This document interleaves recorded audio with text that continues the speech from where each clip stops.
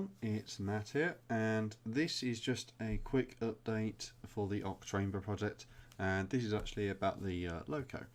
So the previous update was all about the tender and the progress with that. This is all about the loco. So there's been quite a lot of changes to the loco that concerns mostly the detail aspects and a few other bits as well. So you can sort of see that there's been quite a lot of changes, been quite a lot filled in, quite a few changes. So I'm actually going to start with the rear of the loco. So I've actually updated the cab a bit. So if I go to hide some of this, make that a little easier to see.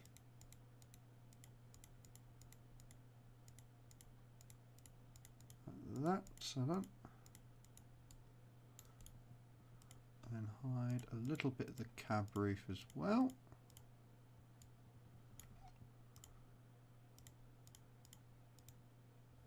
You sort of see there's a lever there, and as well as a reversing wheel. And then we've got two valves here, one red, one yellow. We've got another lever here on what would be the stoker side. And this is pretty much all done off a bit of sort of like what would be in a cab in my mind. And a combination of what photos I could find on the internet. A lot of the photos I found I actually had to use model versions of, so it's not going to be accurate, but at least it's a representation of cab detail. And there's still somewhere for cables to run, so I've put these cheese slips in here just to act as a bit of detail and sort of fill it in a bit more so it doesn't look like there's such a gap, but nevertheless there is still a bit of a gap, so that should be suitable for the cables. Obviously you can just take out the cheese slips and then get another little bit if you need to. And I've added two seats here, and they are roughly in line where they should be. The cab back should technically be 2 studs wide, with a window in it. Now obviously I can't do the window properly, there's not enough room. It is only supposed to be like 4 point something studs in depth, so obviously got the 4 and the 1. I could make it 2 plates at the back here, so there's just, but the issue is there's only 1 connection point, so it would be a bit difficult to get it to work properly. And then you've also got the fact that I've got this here, so I could probably take out the one set and then put another one in, and then I'd have to do something with the seats, which is perfectly feasible. I have done it in sort of like when I was doing iteration before, but that's something else to consider. And to be honest, I'm happy with it as it is, so I'll just leave it as is for now. But that's pretty much all that concerns that's happened sort of in that section. The only other few things I've done is I've connected the cab roof up here to the main superstructure, because there's been a few changes with that. So the cab's now in. So moving on from the cab, we have the sand domes have now been put in, and I've done a few of the bits of details at the top as well. So the dome is a bit of point of contention. I wanted to do a 3 wide dome because it would sort of make sense from looking at the diagram, but at the same time it's the same width as the sand domes, and the sand domes are only 2 studs deep in terms of their sort of like length on the boiler that way. So I've had to just use 2, and I've just made that a sort of 2 by 2. The way I've gotten this really nice sort of like domed look, it's actually really clever.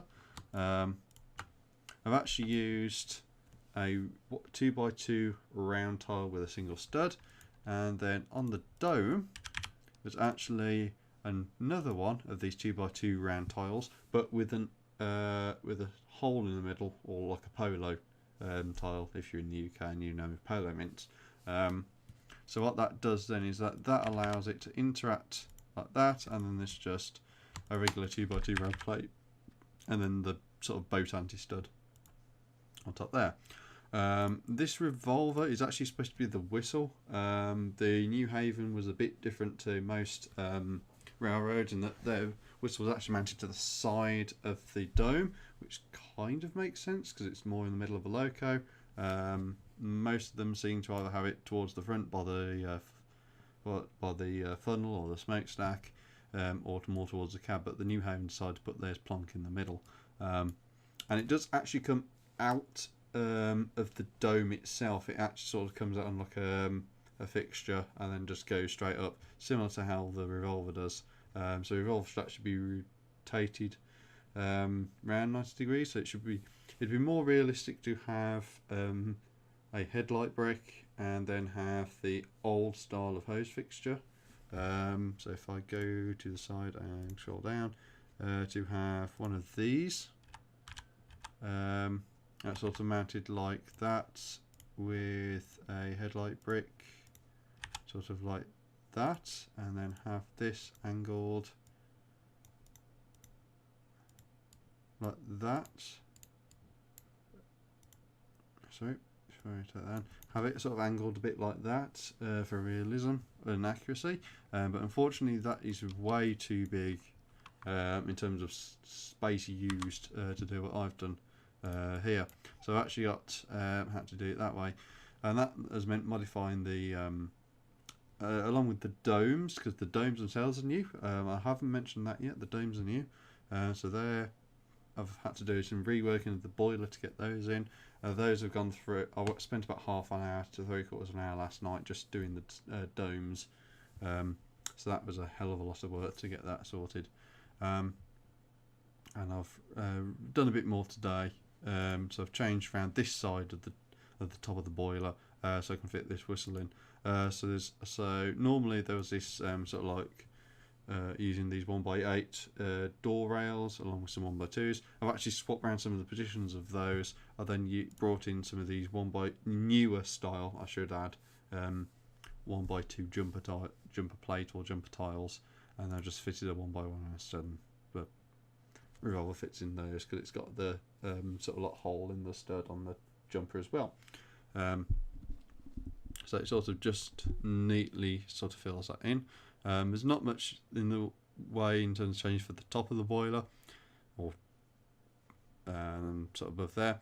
The only other change is the headlight. I've changed the headlight around a bit, so it's actually using a clip and then one of these 1x1 round plates with the bar attachment with the closed ends.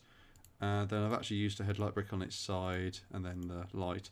So that's a bit more compact, it's a bit more realistic, and it's a lot thinner as well. So it's only 1 stud wide, which is more in keeping with the scale that I'm aiming for. I've fitted the handrails both sides as well. The positions of the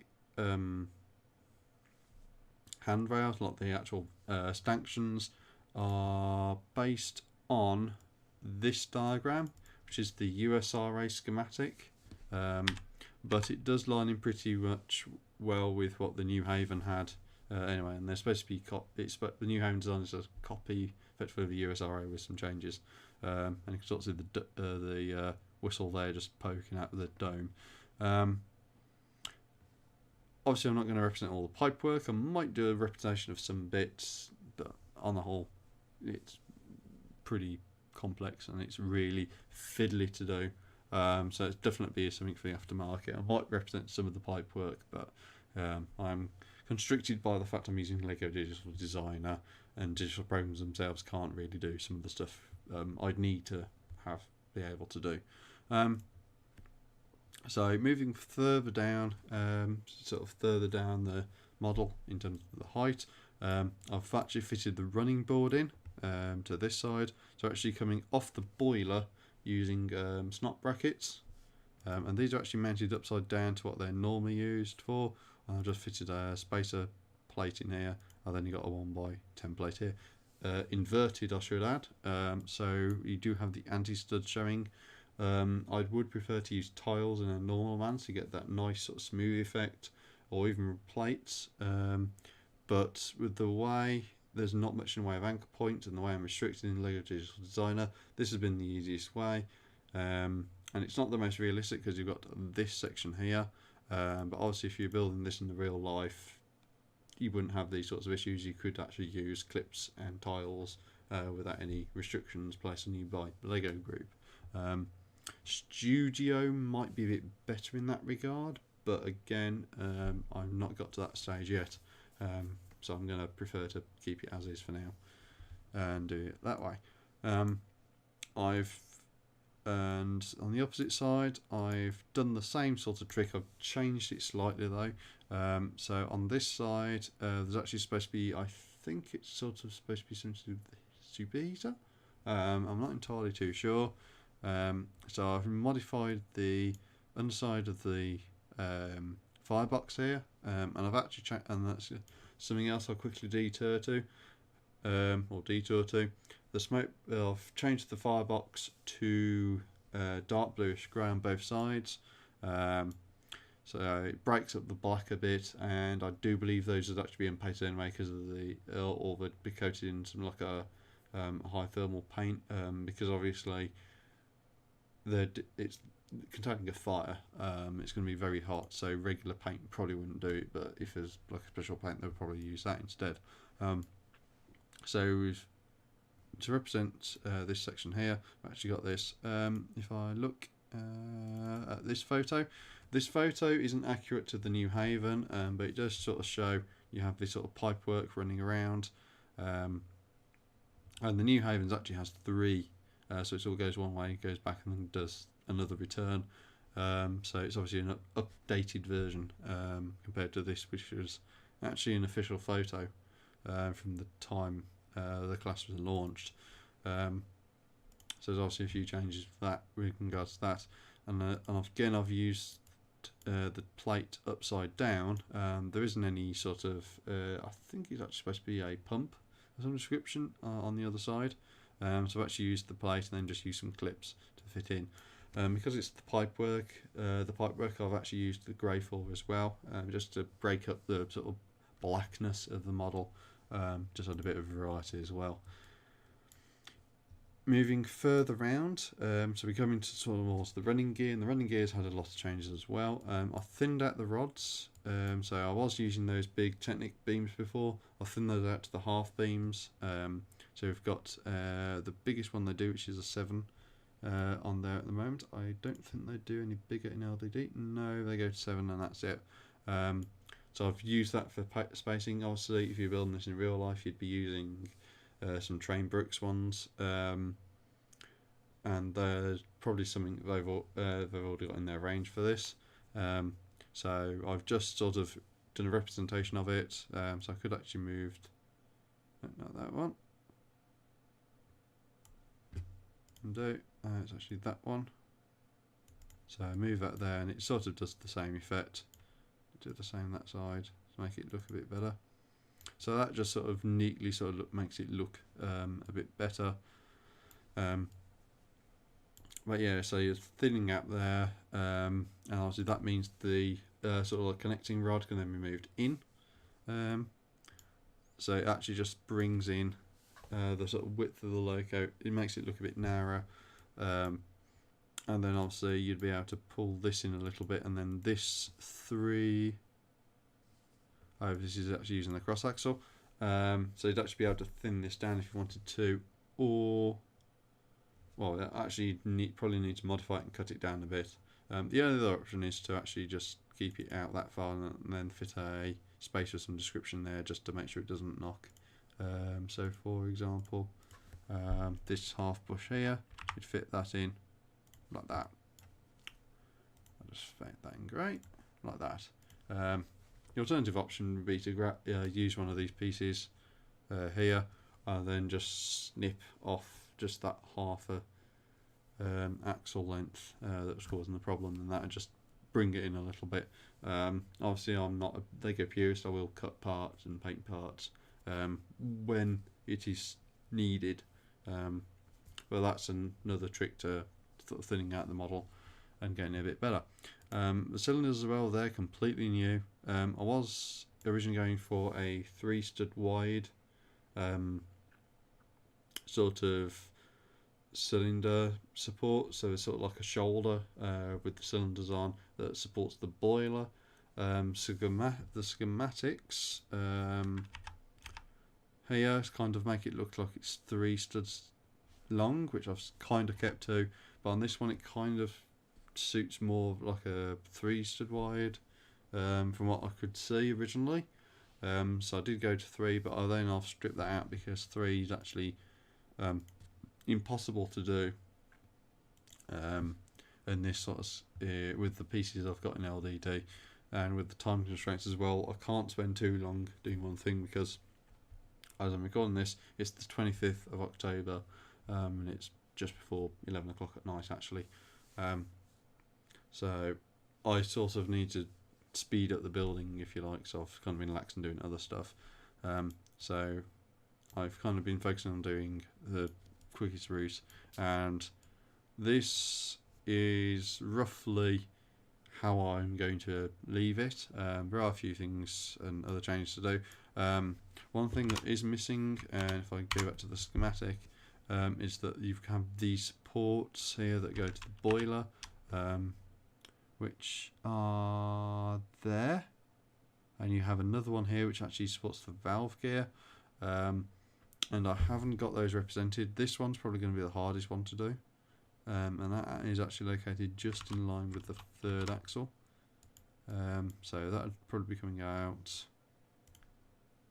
I'm going to use another one there, and obviously you've got another one which is, so you've got one just above the leader, the third axle, one above the second, so you'd have another one roughly where those brackets are now. So okay, if I can, I can't, so I'll actually just use that instead there. So I've actually just marked those off, and then I'll have to deal with that at a later date, because obviously the issue is these are really thin, so I might just have to use the neck bracket and sort of say it's representation, it's the best I can do in this scale, and leave it at that. There is supposed to be a cylinder here for the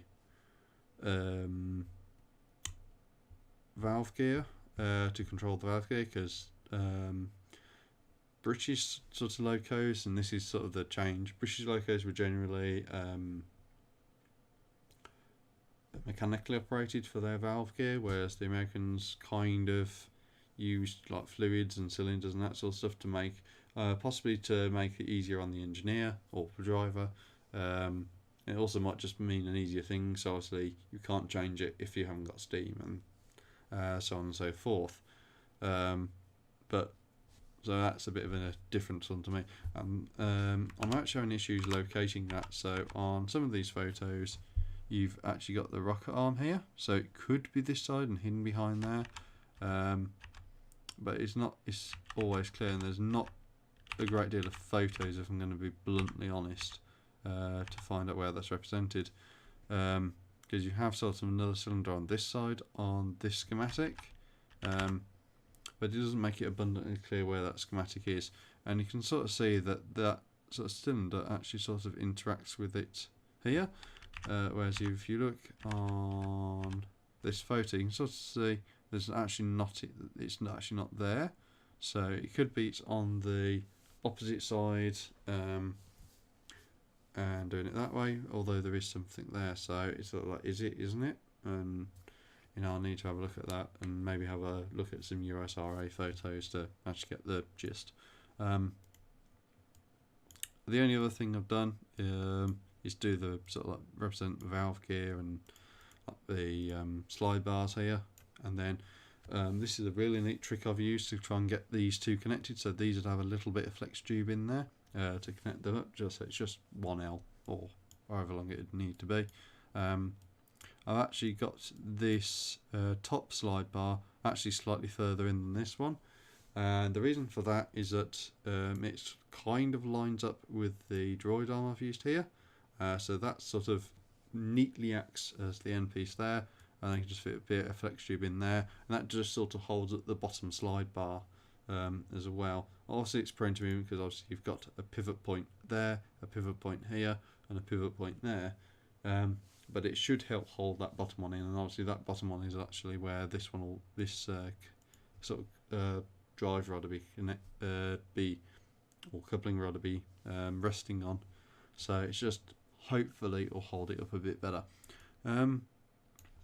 That's pretty much all the changes, and this has been, I'd have said 3 I said 3 hours worth of work for all the different iterations and that sort of stuff. Obviously, you can still see the bottom of the motor.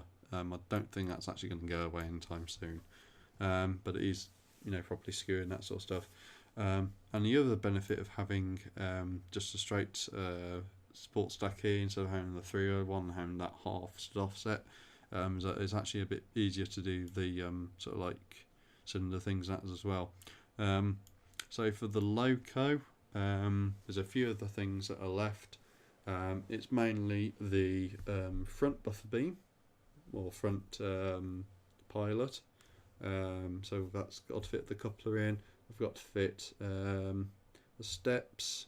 I've got to fit the sort of like that sort of stuff. I've got to then do the, and this is going to be the hard one, I've got to do the walkway as well, so that's not going to be the easiest one. I've kind of got another bit of walkway there, but it doesn't have the this bit resting on the cylinders as well. And that's something else I need to do, is I need to represent the steam pipe between the cylinders and the boiler, which is something else I need to do in as well. And then obviously I've got the valve gear thing to do. And I've got to find a way of representing the valve gear with what space I have here. So I've got this one here, and on the schematic I've also got this point here, and then it actually goes into a thing here. So I might be able to do something to represent this, and so I'll have to do to fit that fit the bit in for that eccentric rod and get that anchored in, because obviously you've got the connection point here in the middle of the cylinder, so that'll have to be sort of like there, so I'll have to come over the wheel just in some way and do it that way. And that should be it for the loco. The tender, this is just a stock one. I've actually taken the other two tenders, split the model up into the loco and the base tender, and then the tenders actually go somewhere else so I can modify them freely without too much of an issue. So the tenders, there's a few bits and pieces to deal with. There's the bogies, the brake detail, and the rear step as well, and then that should be it done, fingers crossed. So that's it from this update from me. I'm going to get some sleep. So that's it from this update for the OcTRAINber project, and it's now the 25th, so there is literally less than a week left. So I'm going to have to do some real hard work this weekend and start of next week, because I've actually got next week's off work, so yes. So I'm going to have to do it then. It'll be a bit of a late sort of like cramming it in entry, but that's the situation. So yeah, so that's it for this update, and I'll see you later.